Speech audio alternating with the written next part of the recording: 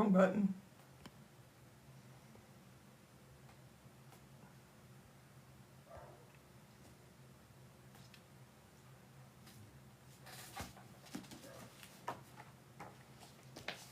Hello.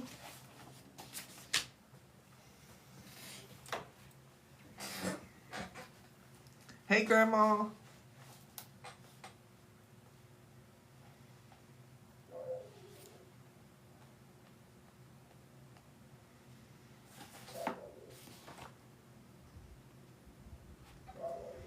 Right on time. You were, weren't you?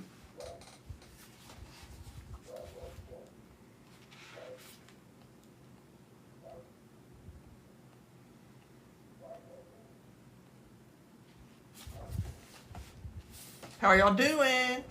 How's everybody?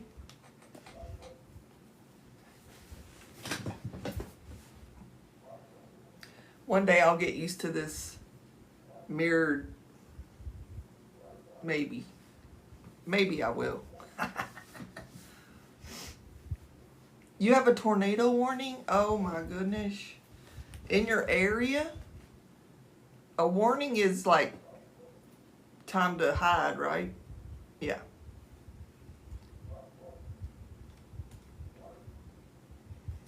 Oh, Grandma, well, pay attention. If you need to take cover, you better do it. Be safe. That's the most important thing. Just picture angel wings wrapped around your home and God protecting you. These storms lately have been just something else. Something I don't remember seeing this much tornadic activity. Hey, Maggie.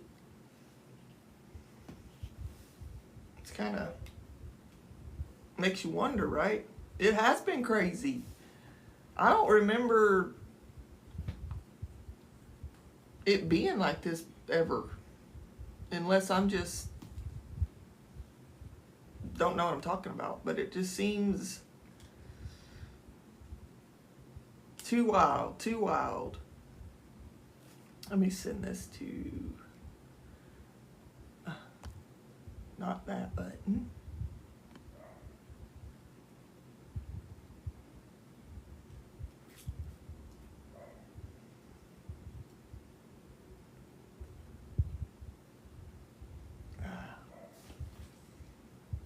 It has been, yeah. I'm still not feeling the best. I came down with like a stomach bug Saturday or Friday night. And usually they're like 24-hour things, but I think it's better, but it's not gone. And it almost feels like I have a little fever, but I can't tell. I don't know. There's always something going around, it seems like. Always something.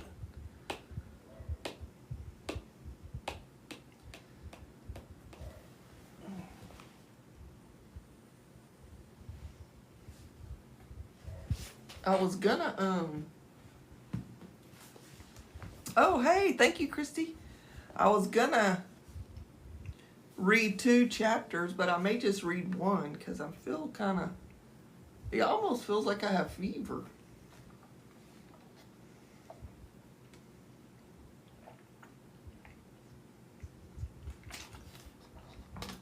Thank you, Jerry. I appreciate that. How are you doing, Christy?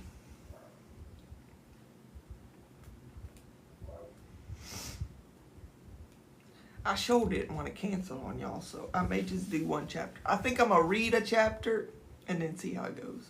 You're getting ready to eat spaghetti? Oh, I love spaghetti. You do meatballs or meat sauce? I like the meat sauce, but I'm not opposed to the meatball if they're yum. A lot of the Italian restaurants do the actual meatballs.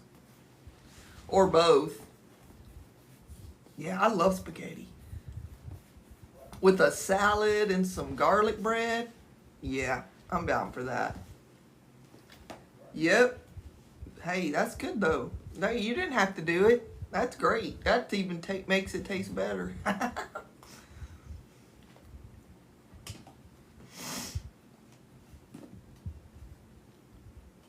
What time we got? 7:01. Yeah. Everything tastes better when you didn't have to make it. Most time. There are exceptions to that rule, but most time, if you know them. I miss the church potluck dinners, you know. You have 8:01. Yeah, it's 7:01. 7:02 here. We finally got up to 65 degrees here in the good old state of Texas. Have y'all seen my weather station? I don't know if it'll reach it yet. This is my outside temperature. Outside, inside temperature, humidity, and humidity inside. And it's got the phases of the moon and all kind of stuff. It's pretty cool. Hey, Halloween, how you doing? Yeah, Christy, we've been having the heater on since, hey, Palm Trees. It's I got it off Amazon, and it was like $25, I think. It came with a little sensor that I set outside that pulls the info from the outside. And then this plugs into the wall, but the one outside has batteries in it. It's pretty neat. Thank you, Halloween. But it gives me the date, the time, the barometric pressure, and the forecast and the phases of the moon. Right now, we're on a half moon. Yeah. It got down to, I think, 38 here last night. It was pretty chilly. We had the heat set on like 67, I think, and it kept coming on. I can't sleep in no hot house. But just enough to take the chill out. So, hey, Verena.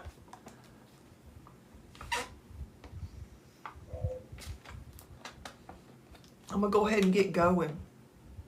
For those that weren't in here. I was going to read 2 chapters, but I may just stick with one because I still don't feel the best. It almost feels like I have fever, but like a low-grade fever. I don't know what's going on. I think I had a little bug over the weekend, and it's still hanging around. I'm trying to get rid of it, but it's not going as fast as I'd like it to. So, we're going to get started on chapter 13. How to create the best friendships of your life. Oh, wait, I got to get my... Can I use that? Yeah. Hold on. I'm going to put my microphone in. Y'all tell me if it's better or if it doesn't really matter. I could be wrong. I just put it right there. Is that better? Is that better? Hey, Miss Sherry. Rat-a-tap-tapping. Can y'all tell a difference? It's better?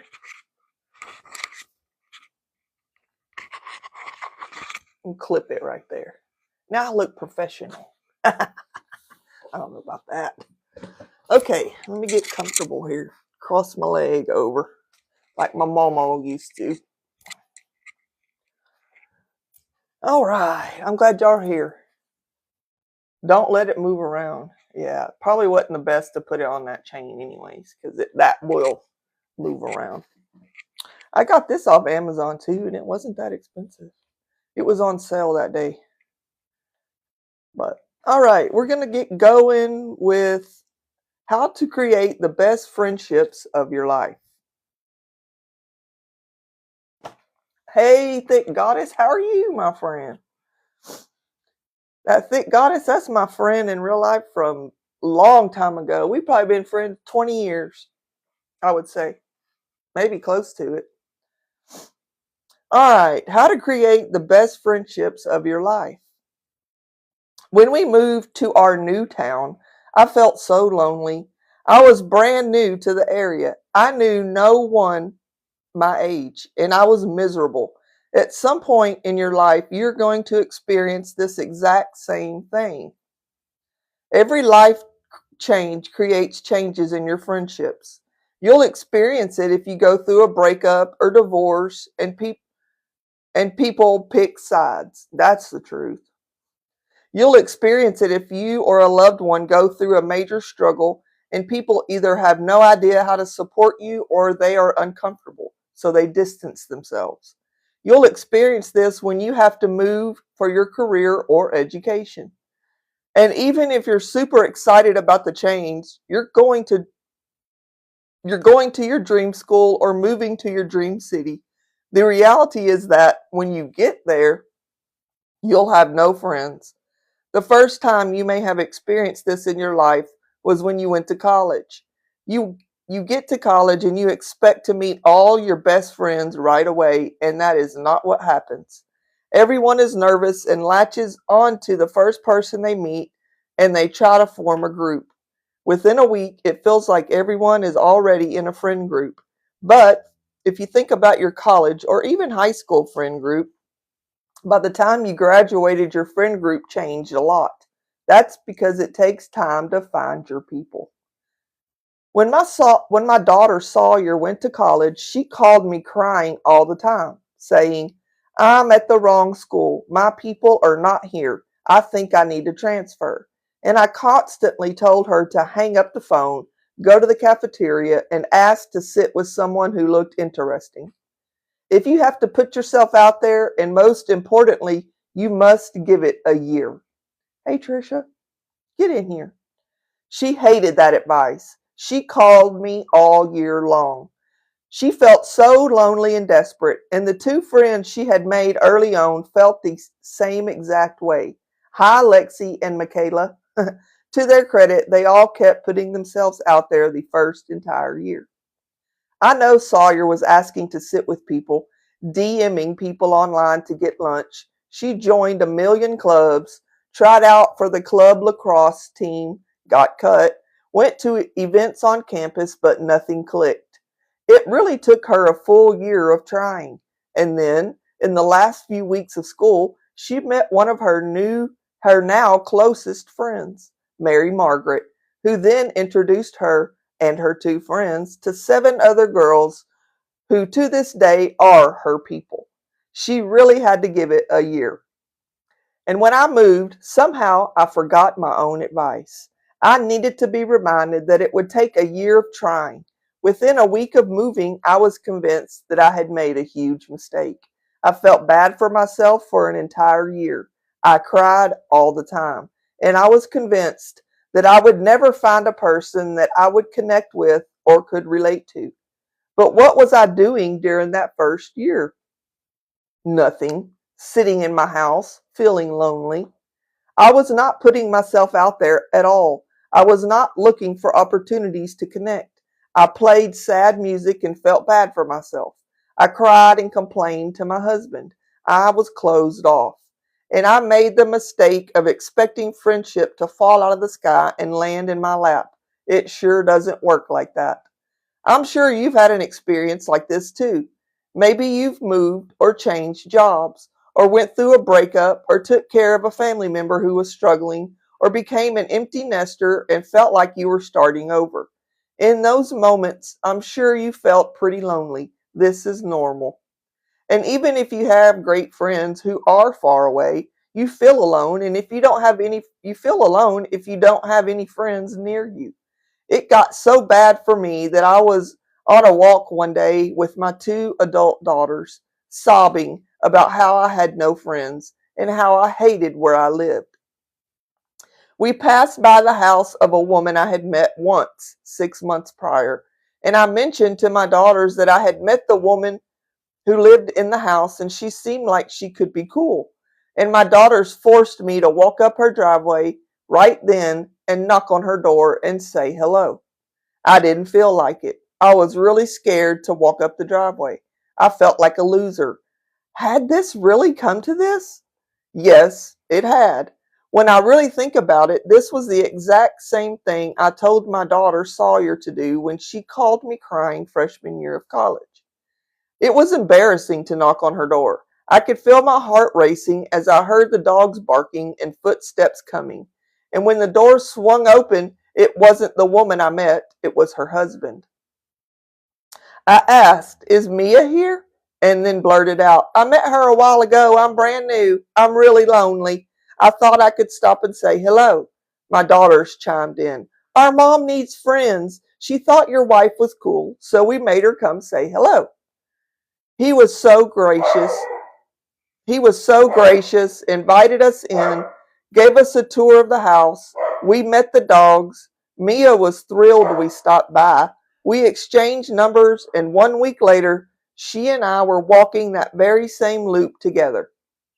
And that was the beginning of turning this part of my life around and learning that adult friendship isn't something that happens, it's something you create. Hey, Lee. I'm happy to report that from that painful knock on Mia's door and 100 other awkward little moments, introducing myself to someone at a coffee shop, pulling into a field at a local flower farm to tell the owners that their flowers were incredible, saying hello to the person next to me at an exercise class, I was able to slowly but surely create my own new little community. Over the course of the year, I had started feeling like I not only knew the familiar faces in my small community, but by getting to know them, I found my people. This is why you need to focus on let me.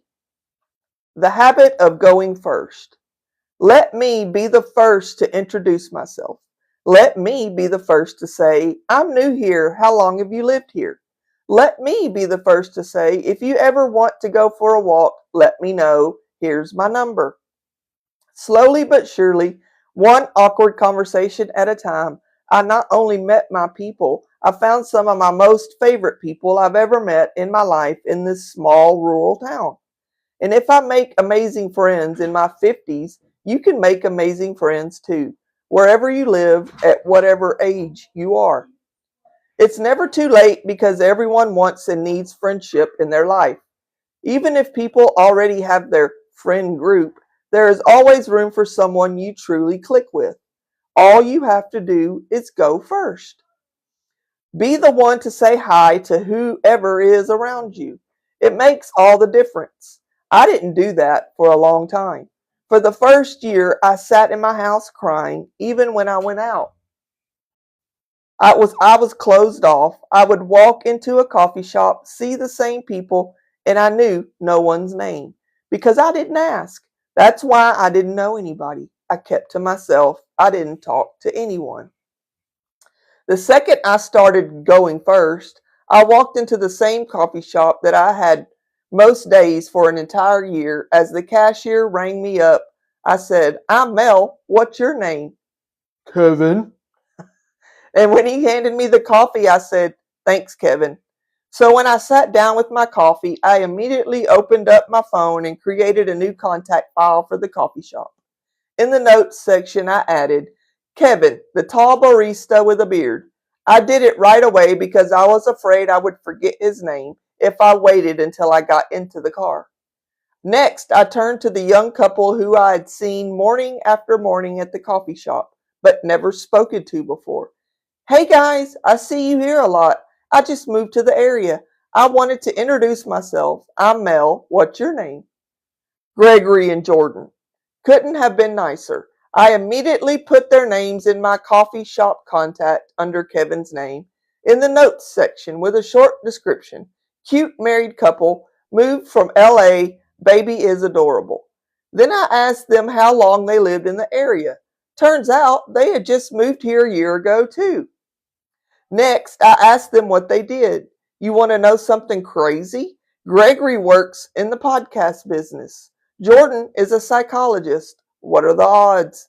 And to think I spent a year sitting 10 feet away from two people who I had so much in common with. What I was doing in the coffee shop goes way deeper than making small talk. I was starting to create a community for myself. The warmth you offer others always finds its way back to you. Simply knowing all the names of the familiar faces around you will make you feel more connected to where you live. Plus, The more people you meet, the faster you will find the people you truly connect with. And there are even more benefits to this. By going first, you create a connection that has a huge impact on your well being and happiness. And it is often overlooked. Researchers say the kinds of people you sit next to at the coffee shop or stand next to in the elevator in your building are not strangers, they are weak ties. These people are super powerful and are an important part of your life. They can become a foundation you build that lifts you up in your day to day routine. Learn their names, say hello, pet their dogs, put descriptions in your contacts so that you can refresh your memory before you walk into the coffee shop tomorrow. One conversation at a time. I started creating my social scaffolding. This network of people around me that I knew by first name. Hi, Kevin. Hi, Gregory. Hi, Jordan, which made me feel a little less lonely. It's also how I met one of my now closest friends, David. We were living a mile away from each other for a year, and we never met because we were both sitting alone in our houses, feeling sorry for ourselves. We started as a hello in a coffee shop, and now he is one of my most favorite people in the entire world. And he and his husband have become like family. If I can do it, so can you. The let them theory is going to help you take this on. Will some people be a little awkward? Yes, let them. Thank you, Lee. Will most people be warm and receptive? Yes, let them. Creating friendship really is about the let me part. And here are some simple things I did to make myself go first. Number one, compliment people everywhere you go. If you love their nail color, tell them.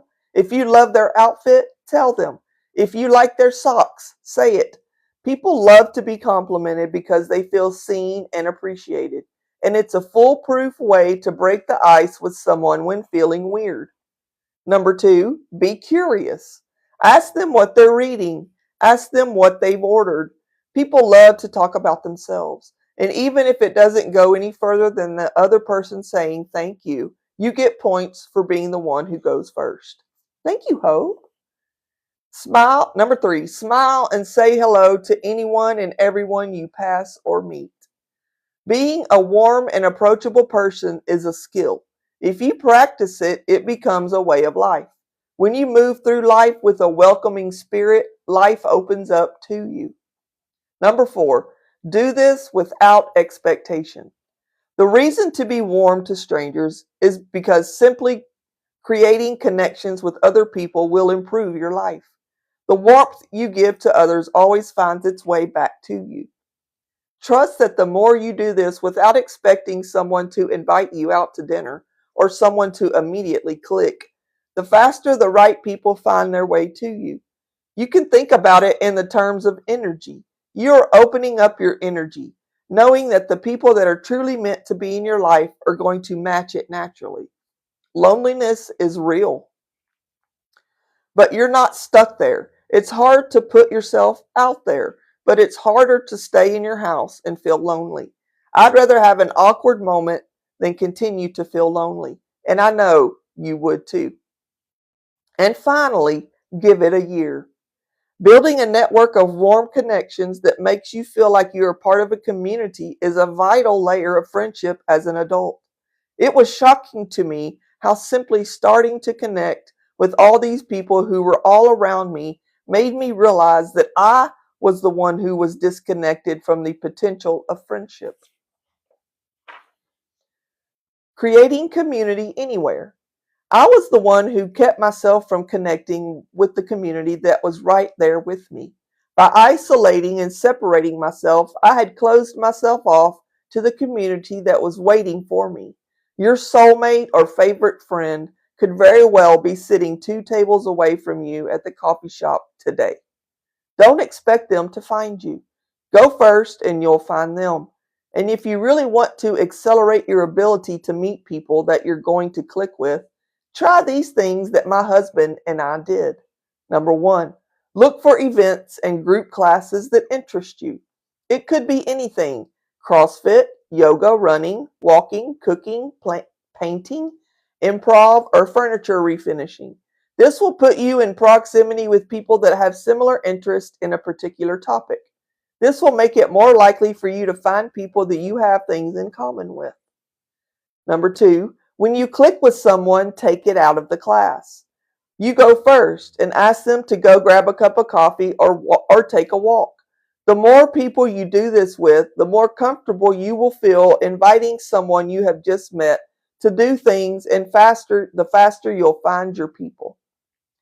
Number 3, as you meet more people, look for events that are interesting and reach out to the people you've been hanging out with to see if anyone wants to go as a group.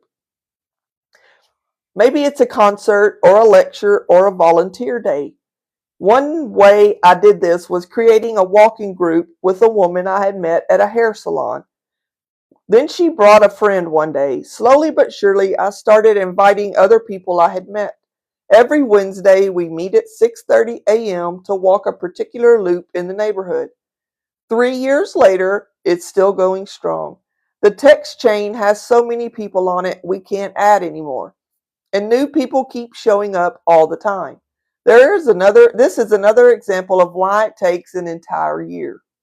But walking is just an example. I have invited groups of people to meet up and listen to jazz at a local inn, to go to a wreath making class, to go to a drag queen bingo event, and to volunteer to help a local farmer dig up Delilah bulbs. Oh, I almost butchered that word. My husband, Chris, Delilah bulbs. Does anybody know how to say that word? Because now it's going to bug me.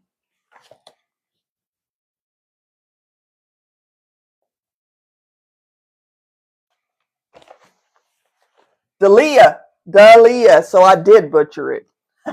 Thanks, Christy. My husband, Chris, also used this approach. He joined a gym, signed up for a golf league, and took a bunch of paddle tennis clinics. He got involved at the local ski mountain. He became a hospice volunteer. All of these things led him to meet people with similar interests. Chris then looked for fun things happening in town or nearby, invited a new friend to do with him.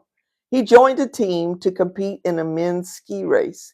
He started a Tuesday morning sunrise, climb to the mountain, and then ski down group. They met in a parking lot. The word has spread, and now on any given Tuesday, you'll see 15 to 20 people of all ages from surrounding towns hiking up the mountain together. What does that tell you? That slowly but surely you can make more friends, and that every single one of us is looking for opportunities to connect with other people and find new friends. Instead of sitting around hoping that someone else starts a hiking group or a walking club or a book club, you go first. Using the let them theory, you'll not only make better friendships, you'll be a better friend too. This matters. Your relationships create a good life.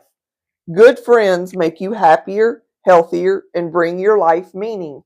And friendships are one of the things you'll cherish most as you go through your life.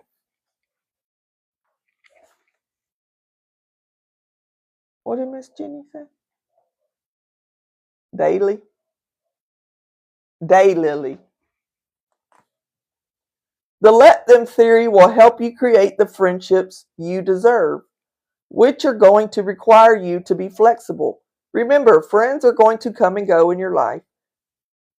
Stop expecting Stop expecting the invitation. Stop gripping so tightly when things start to shift, and start taking responsibility for how you show up. Let them will help you be more flexible, not taking things personally, and allow the right people to come in and let the wrong people leave. It will also help you navigate this very awkward period where you're making new friends. If you say hello at a coffee shop and they aren't very friendly, let them. If their calendar is so busy they can't find time to go for a walk, let them. If they cancel plans this weekend because they've had a long week at work, let them. If they fall in love or have a baby and you're no longer a priority, let them. If they move away or start a different chapter, let them. If they stop returning your calls, let them. If they are prioritizing other friendships or work, let them. If the timing, proximity, and energy is off, let them. People are going to come and go in your life, and the more flexible you are, the more they do. It's such a beautiful thing to let them. Focus on let me because that's what's in your control. Let me be understanding. Let me make an effort. Let me check in without an expectation just because I care. Let me make the plans. Let me trust when the energy feels off.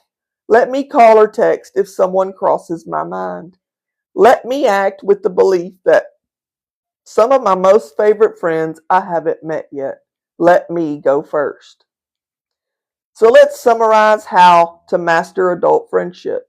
You have been approaching adult friendship the same way you did as a kid. You just expected it to happen. The let them theory empowers you to stop expecting friendship to happen and take the responsibility for creating it. Number one is the problem is the great scattering happened and you didn't realize it. You have been approaching friendship the wrong way ever since. You have expected to be included. You have expected to be around your friends all the time. You have expected the text back. The expectation has led to feelings of disconnection, isolation, and uncertainty in approaching new or existing friendships. Truth.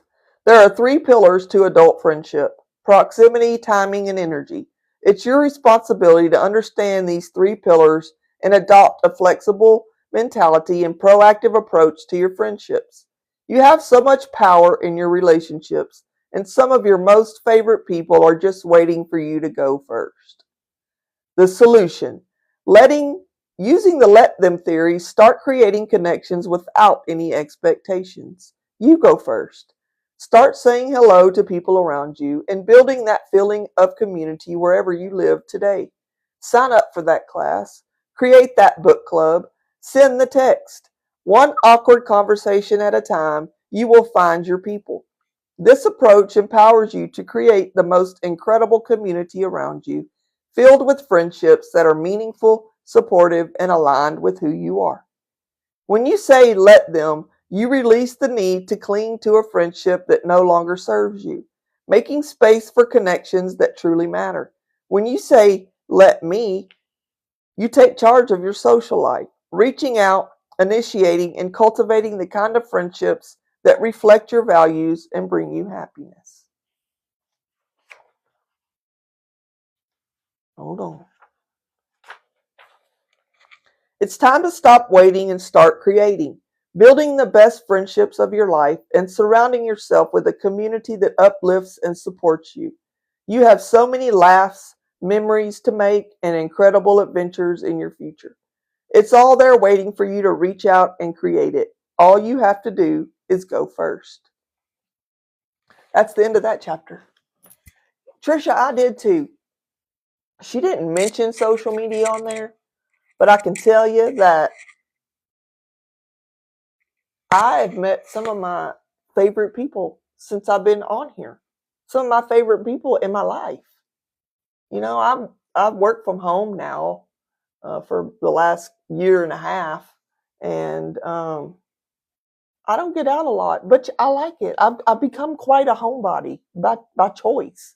I love my animals. I love being home, and now that I've found such great people on here I interact with daily, it really brings a lot of joy to my life. Each of you do. I hope you know that. I love you all. I'm going to take a drink and hit my VAPE. Yeah. Right, Christy? Like, I understand that. Like, I get it. I do still like to go do and see my family and a few close friends and here and there, but I don't go near like I used to, you know? So, yeah, I used to not be a homebody, Noodles. I didn't, but I think I've turned into one and I enjoy it.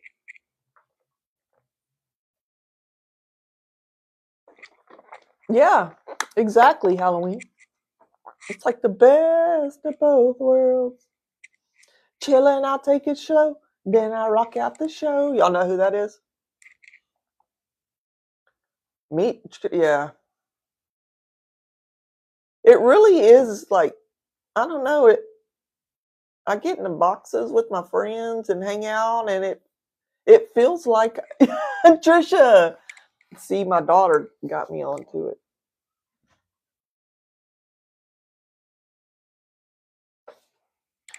Um, yeah, yeah.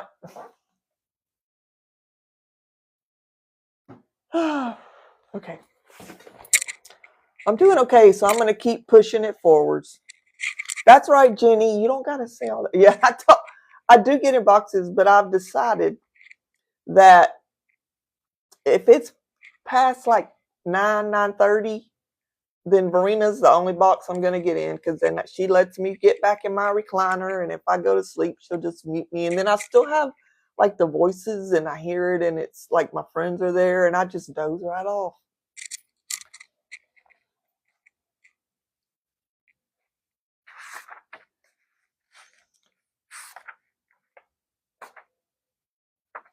This is the next set. Yep, you did. You tuck me in. You sure do. Motivating other people to change. I don't know. Oh, yeah. So here's the title. People only change when they feel like it. Lord have mercy. Ain't that the truth? Yes, that was chapter 13 I just read. So Halloween, I have a YouTube that I post them all on. If you ever get bored or want to listen to the first ones, I thought I could type in here. I don't. Didn't you used to be able to type in these things?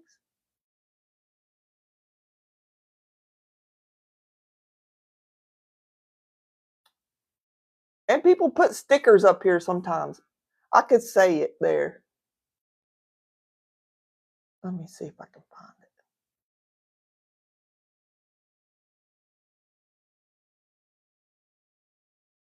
Lightning Q&A? No. I don't know where it's at. I've seen people put little banners up there. I could put my...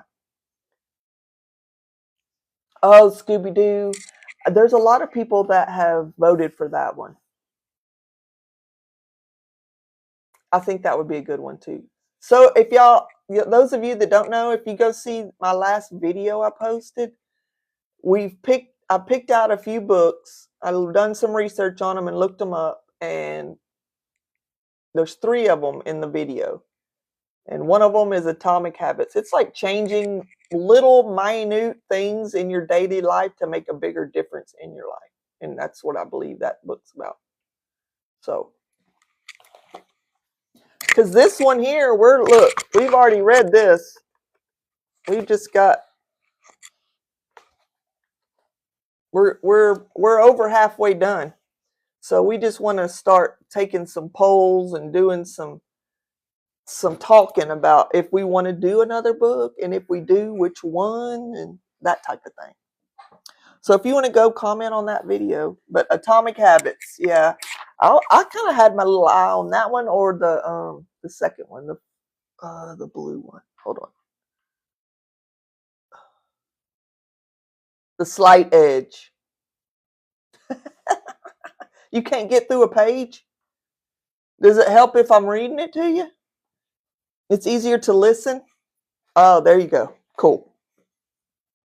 Well, that works out then. We found a groove. Okay, chapter 14. People only change when they feel like it. One of the most common questions that I have been asked over the years is, how do I motivate someone else to change? Oh, thank you, Miss Jenny. Thank you, Grandma, for putting that in there. Hey, Halloween, that's my YouTube right there that Grandma for Life typed. If you search that up, the chapters I've done before, I just upload them. All right. One of the most common questions that I have been asked over the years is, how do I motivate someone else to change? You can't. The reality is, people only change when they feel like changing. It doesn't matter how much you want someone to change. It doesn't matter how valid your reasons are, or that you are right in your opinion that they should change, or how big the consequences are if they don't change. My door, hold on, y'all. My door shut. My cat's out there meowing at me.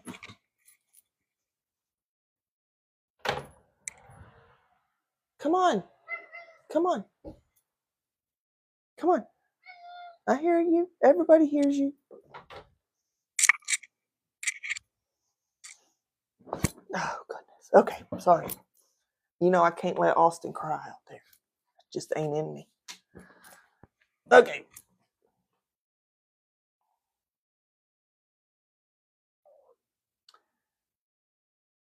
If someone doesn't feel like changing, they won't. Thank you, Trisha.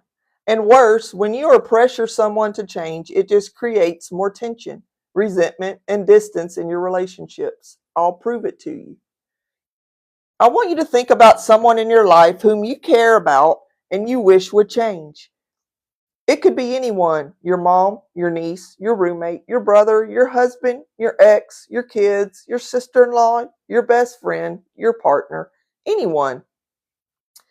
You wish they would get a better job, lose weight, be more motivated, wake up earlier, stick to a budget, pick up after themselves, stop dating losers, be more proactive, drink less, help take care of the dog, stop being so negative, change their views on politics, be more appreciative, stop smoking, be more involved with their kids, or stop leaving their dishes in the sink. You may worry about them. You may not understand why they don't see that this is an issue or why they aren't motivated. You've probably thought, why can't they just do this thing I'm asking of them? I know exactly how you feel. Here's the truth. When you push someone, it only makes the person push back. You're working against the fundamental law of human nature. People need to feel in control of their decisions. You want people in your life to change, but pressuring them creates resistance to it. You may be acting with the best of intentions, but it is yielding the worst result. That's because every time you fight against human nature, you will lose. I'm guilty too, Trisha. What you're about to learn is so powerful that out of any chapter in this book, this is the one I've shared most with the people I love. Because let's face it, we've all had someone in our life that we want to change. And the reality is, people only change when they feel like changing. But there's a lot more to the word feel than you may think.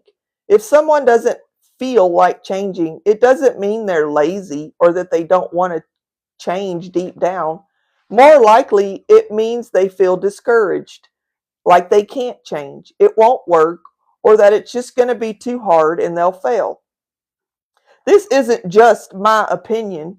This comes from 50 years of clinical research cited by some of the best respected experts in the world. Together, you and I are going to dig deep into the reasons why people get stuck, and we'll unpack the neuroscience of change and motivation in this chapter. Using the let them theory and the help of amazing experts, you'll learn an entirely new approach to dealing with situations where you want someone else to change their behavior. It's true, you can make someone else change, but I never said you couldn't influence them.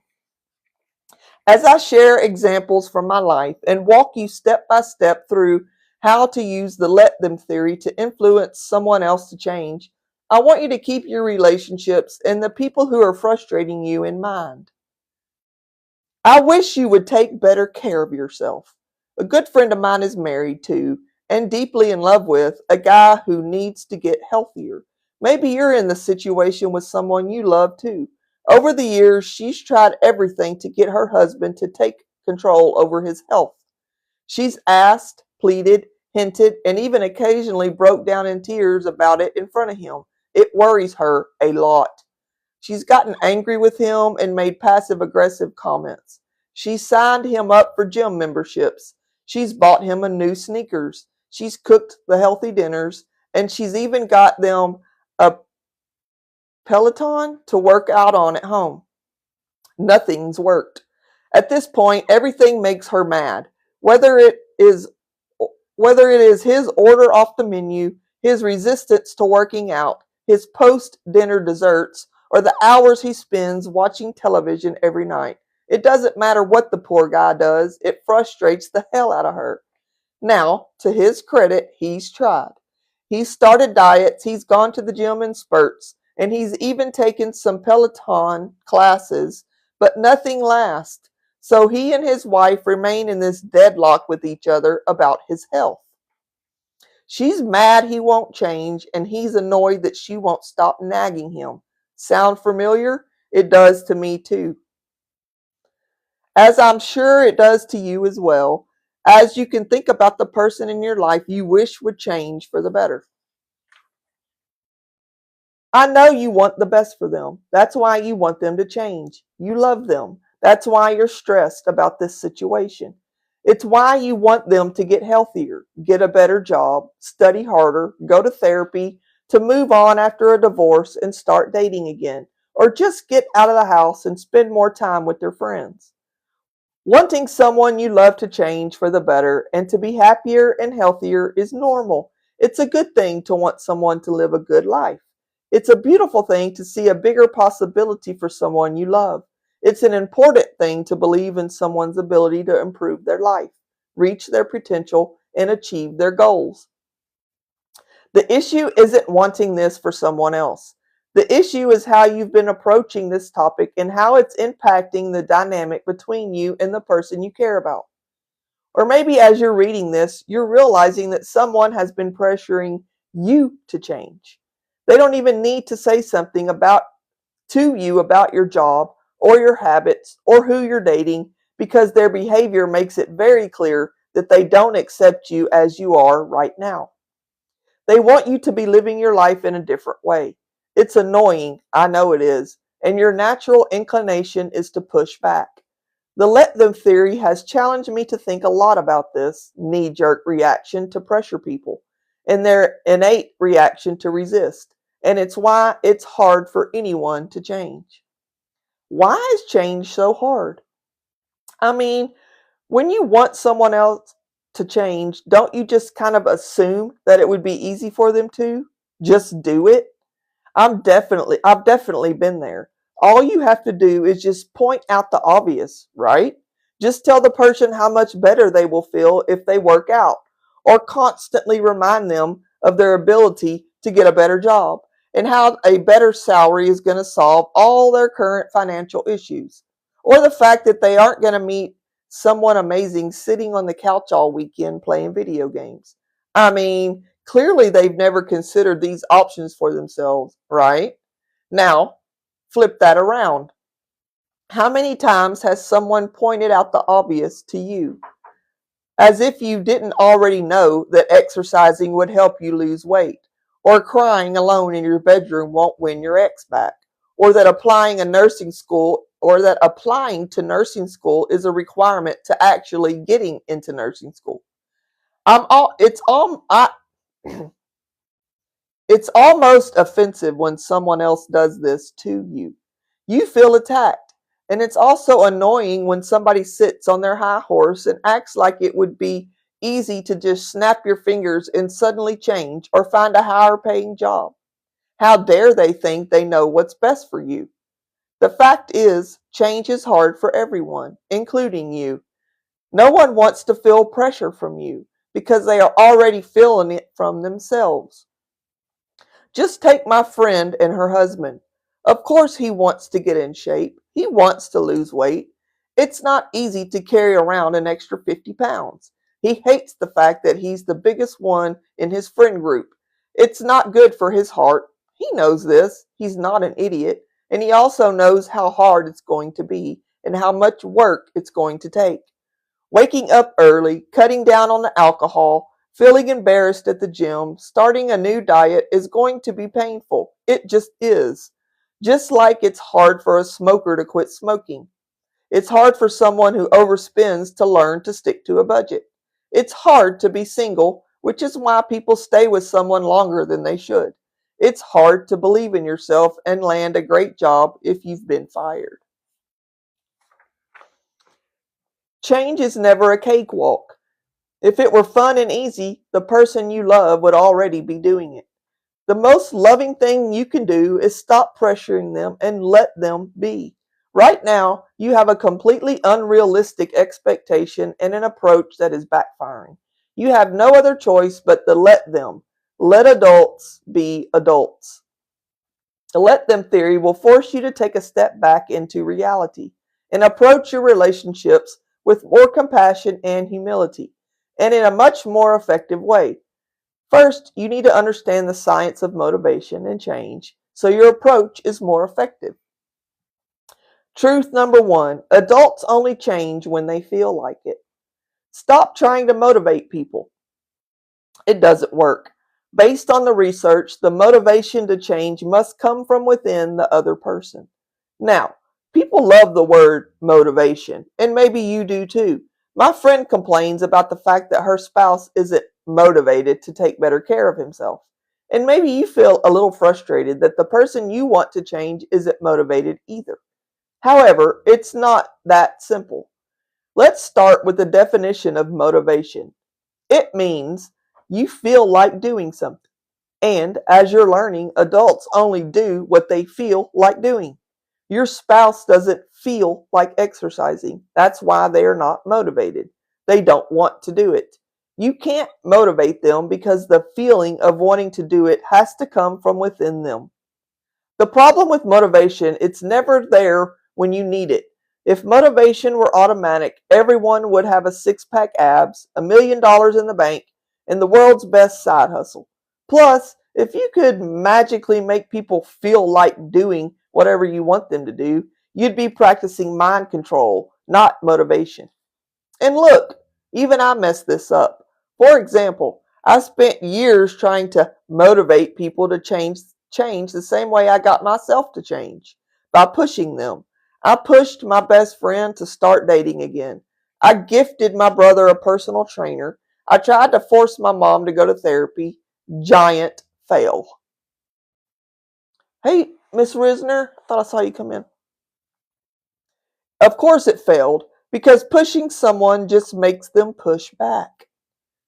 Truth number two, human beings are wired to move toward what feels good. Scooby. Another reason why pressure doesn't work, humans are wired to move toward what feels good right now and to move away from what feels hard in the moment. This is neuroscience. In researching this book, I spoke to Harvard-trained psychiatrist Dr. Alok, MD, also known as Dr. K, to the millions of people who follow him online in the Healthy Gamer. Dr. K is one of the leading voices on motivation and behavior change. He told me, point blank, that pressuring other people backfires because you don't understand the way people are wired. What you need to know, according to Dr. K, is simply that a human will always feel like choosing what is pleasurable now and avoiding what feels painful In the moment, the work it takes to change is painful and hard. That's why no one is motivated to change, even when they know it's good for them in the long run. My friend's husband knows he's going to take endless trips to the gym and a whole other assortment of lifestyle changes to improve his health. But the couch he's sitting on, it's comfy now. The bag of chips he's eating, it's delicious right now. The game he's watching, it's entertaining him right now. While he knows that the treadmill and the bench press will eventually create a good result, the gratification isn't there right now. In fact, the immediate thing he will feel when he pushes himself off the couch and hops onto the treadmill is pain. The treadmill and the bench press are going to be tiring. They're going to make him sore. They're going to require a lot of work. And what if he can't stick to it? What if it's not worth it? What if the weight doesn't come off? What if he can't do it? Isn't it just better and easier idea to finish the bag of chips and try again tomorrow? Of course it is. And why? And that is why he isn't motivated to change. He doesn't do it because he doesn't feel like it. Dr. K told me that when we pressure other people to change, we are spending our whole lives swimming upstream. Instead of understanding our motivational circuitry, we are trying to conquer it. Instead of utilizing it, we're trying to fight against it and overcome it. When you pressure someone, you're fighting against the wiring of the human brain. People are wired to move toward what feels easy and pleasurable now. Dr. K says that in order to make a change, a person must be able to separate themselves from the pain they will feel in the moment and the action that they need to take. That means that while he is sitting on the couch, he is going to have to say to himself, this is going to suck to exercise, but I'm going to do it anyway. He has to do it. He has to separate himself from the pain. He has to decide to override his feelings and push himself to do it. You can't do that for someone else, so let them sit on the couch. And that's not all. There are even more psychological reasons why pressuring is backfiring. Hey, Piper, get in here. Truth number 3. Every single person on the planet thinks they're the exception. I also talked to Dr. Tali Sharot while researching this book. Dr. Sharot is a behavioral neuroscientist and the director of the Affective Brain Lab at a university college, London, and MIT.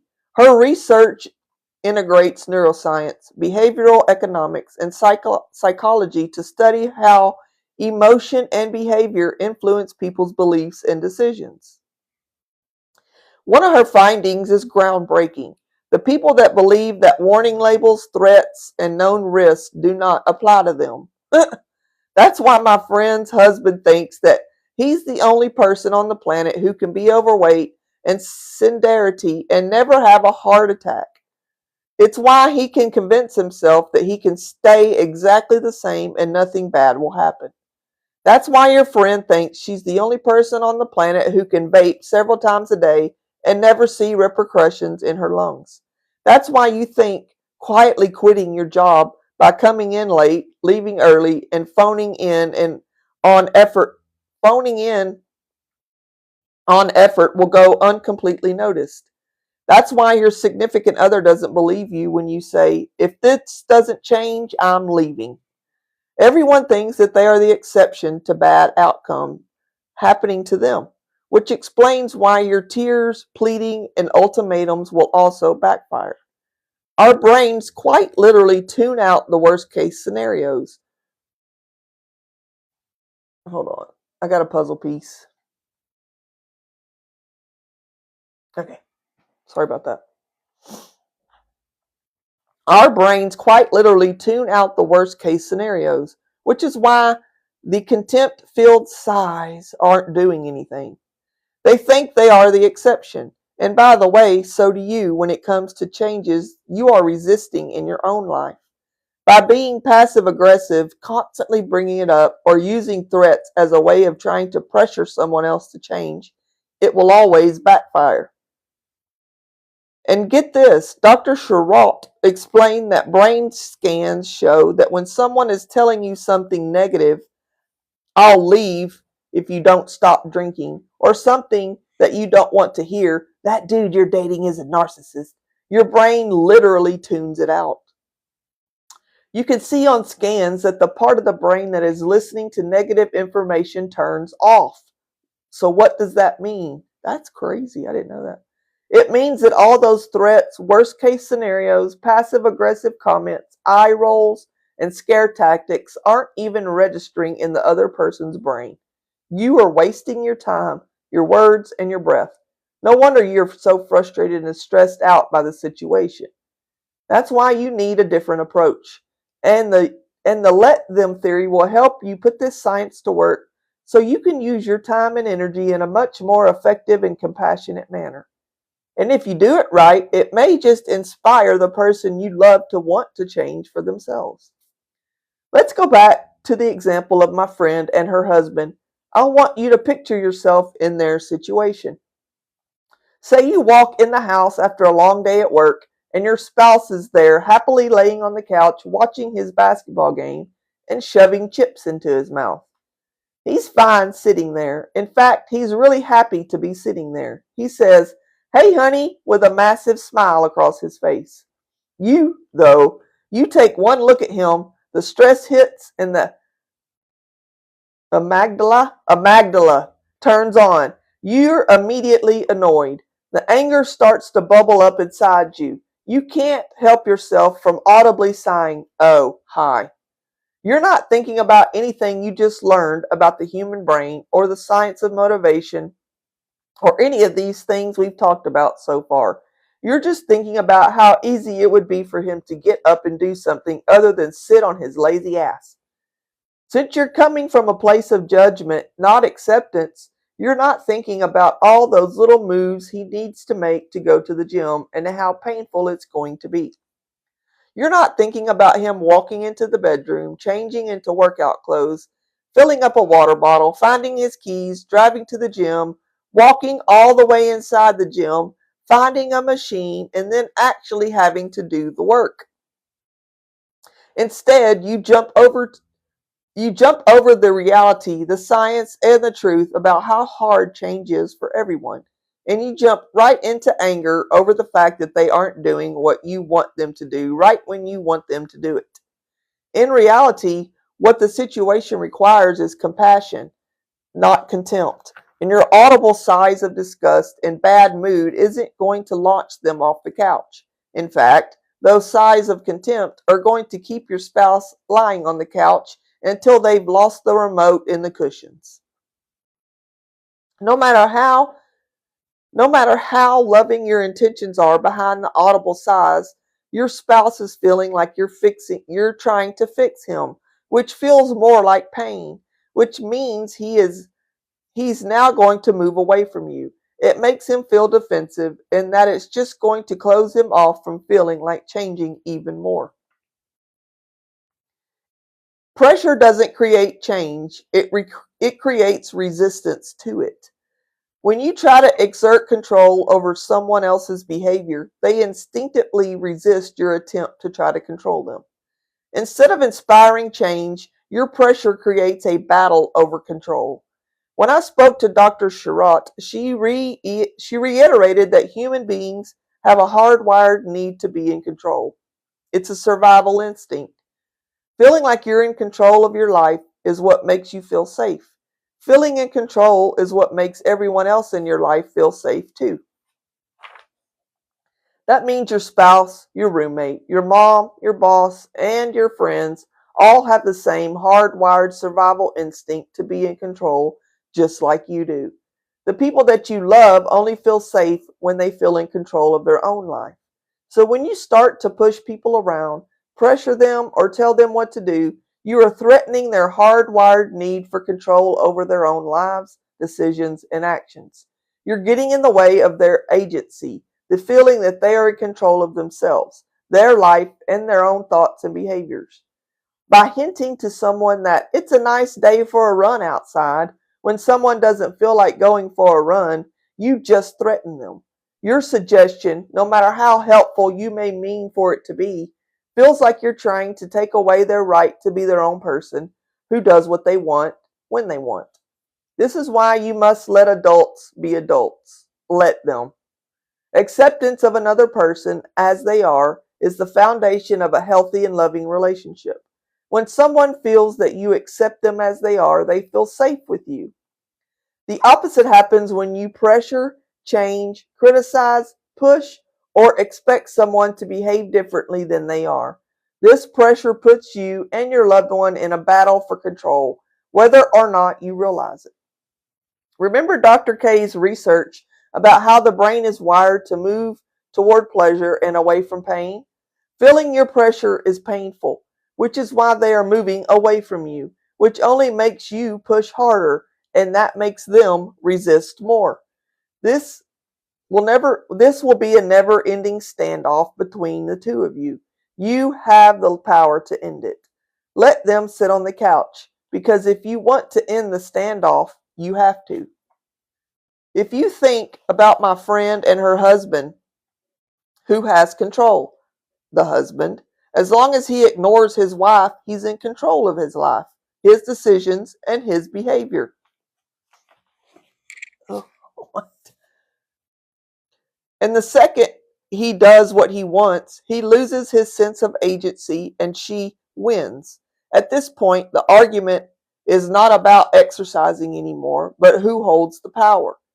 And it explains why she can't let it go. His health worries the hell out of her and makes her feel like she's lost control of an important part of her life. So she keeps trying to control him to make herself feel more in control of this part of her life. That just makes him feel threatened and push back for the sake of his own survival. And the more stubborn he becomes, the harder she pushes. Can you see how this dynamic creates a gridlock that just keeps escalating? And it's not just Dr. K reporting this. When I spoke with Dr. Stuart Ablon, he cited 50 years of neuroscience research as the evidence for why trying to make them do it only creates more resistance to do it. Maybe you can see the same gridlock between you and one of your kids, or an aging parent, or you and your partner. Or maybe you feel this gridlock because somebody else is pressuring you. Here's the truth. No one wants to feel pressured by their friends, family, or loved ones. What you want is unconditional love, acceptance, kindness, and compassion. You don't want to be controlled. You want to feel deeply accepted for who you are and where you are in your own life. That's what allows you to be truly yourself and feel safe in your relationships. You certainly don't want your best friend telling you that she doesn't like your boyfriend, or your partner knocking you over the head with a gym membership and organic groceries. The thing that brings me to another truth. Most of the time, the person probably doesn't want to change. Deep down, Dr. K talked a lot about this internal tension that people feel when they know their behavior isn't good for them in the long run. That's exactly what my friend's husband feels. That's why he stops and starts. That's why he keeps trying. That's why he's struggling. Change is hard for everyone. And it's even harder when you have someone breathing down your neck. And you not only have to deal with their pressure, but you'll also have to admit that they were right when you finally end up doing the work. Dr. K couldn't emphasize enough that this needs to be their idea to change, not yours. The husband needs to have a reason to push himself to do the hard work, other than just shutting his wife up. Otherwise, this change will never last, and the resentment between them will just grow. I'm about to have to take me a drink of water. Now I think we can get through this. People do what they feel like doing. Yeah, they do. I always tell anybody around me, like my friends or my family, I'm like, if somebody didn't have the time to call or show up, that people do what they want to do. They go if they want to go. That's how I feel. I hope my iPad don't. I'm sorry, y'all. I'm gonna get back on it. People only change when they're ready to make that change for themselves. Stop punishing them for not changing on your timeline. Stop trying to motivate them into doing something they clearly don't want to do. It is a waste of your time. It's stressing you out. It's ruining your relationship. It's not working. And most importantly, it is driving a wedge between the two of you. Loving people means that you have to meet them where they are. You must learn how to let adults be adults. This is why the let them theory is so effective. When you let them be, you're accepting them for who they are right now. Let them be on their own timeline. Let them fail at their career. Let them VAPE. Let them give up. Let them stay in that miserable relationship. Let them make promises they don't keep. Let them be messy. Let them wear the sweatpants to the dinner party. Let them play video games all weekend. Let them feel the consequences of their own inaction. Let them sit on the couch and never go to the gym. Let them live their life. And you want to know what else you were saying? I trust you to figure it out. It's simple, but I didn't say it was easy. I know that you may read this thinking, oh, so there's nothing I can do. There's always something that you can do. Because there's always something within your control. It's you. The only behavior change is that you can control is your own. And this is where your power is. The first change in your behavior is to stop pressuring and start accepting. Let them be. When you accept them as they are, the frustrating and ineffective battle for control ends, and you set yourself up to win the war for positive change. It's science. But I'm sure you're wondering, if pressure doesn't work, what does? I said you couldn't change their behavior, but I never said you couldn't influence it. And this is where the let me comes in and helps you unlock the power of your influence. Decades of research from neuroscientists and psychologists say that you can't motivate someone to change, but you can inspire them to change and even make them believe it was all their idea to do so. I'll show you in the next chapter how you can tap into someone's innate desire to change by choosing not to pressure them. Let them. And instead, use your influence by saying and doing the right thing at the right time based on the research. Guess what? That's it. You're going to have to come back Wednesday to find out. We'll do Wednesday. Y'all, we're getting through this big book fast. You're very welcome, Miss Sherry. You're very welcome, Jerry. Very welcome.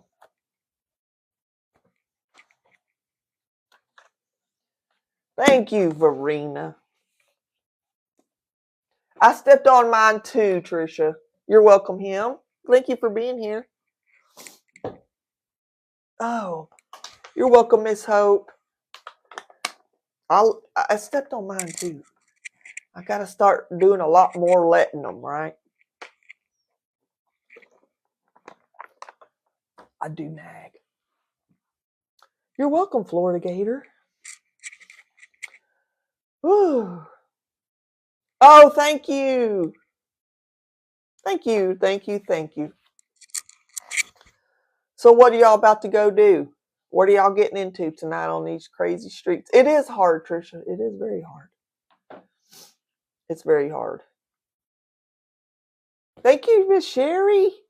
Thank you. I'm just like, I don't understand why you can't just do these simple things. Like, it's really not that much that I expect. Like, that's my attitude. Like, when my kids don't do stuff, because I'm like, I always did my stuff. I didn't want my parents mad at me. I just did it. Yeah, Florida Gator. I think I'm gonna lay in my bed too. That sounds nice.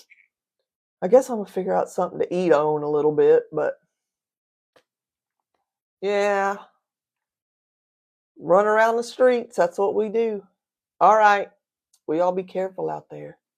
Stop at the stop signs.